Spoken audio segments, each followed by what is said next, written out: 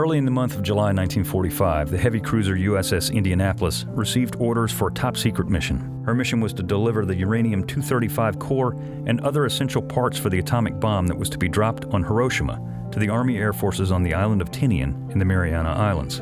Her mission complete, Indianapolis and her crew were on their way to the island of Guam to rejoin the rest of the American Pacific Fleet for the final push to Japan. The story of the Indianapolis and the fate of her crew is a somber reminder of sacrifice and service, as well as an inspiration to us all.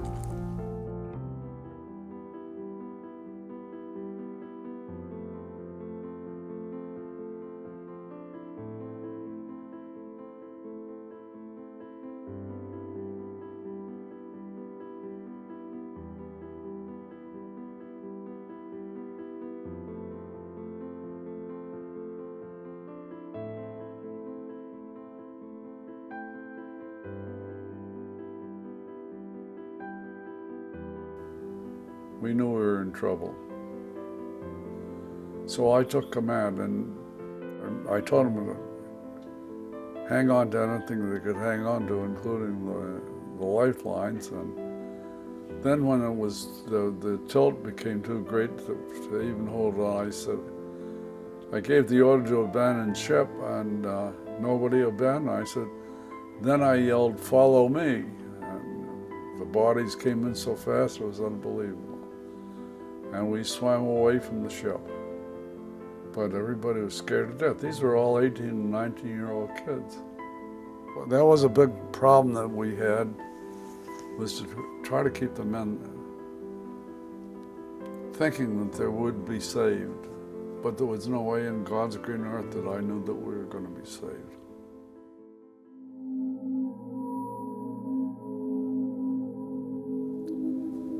They grabbed some of our people who had broken free from the net. And I also noticed that everybody tied to the net. Sharks didn't attack. So every time the sharks were coming in, we would kick and scream and do things that we thought would drive the sharks away, and they did drive them away. The sharks only picked off, as far as I could see, the sharks only picked off people who had by themselves. In other words, no protection around them. And whenever they saw a shark, they were to yell "shark" and start screaming. And I don't know whether that was effective or not. The sharks didn't like us, so they would leave us. But the sharks were and they attacked in groups. And when they died, I just cut them loose from the group and let them float out to sea. I didn't want the bodies around.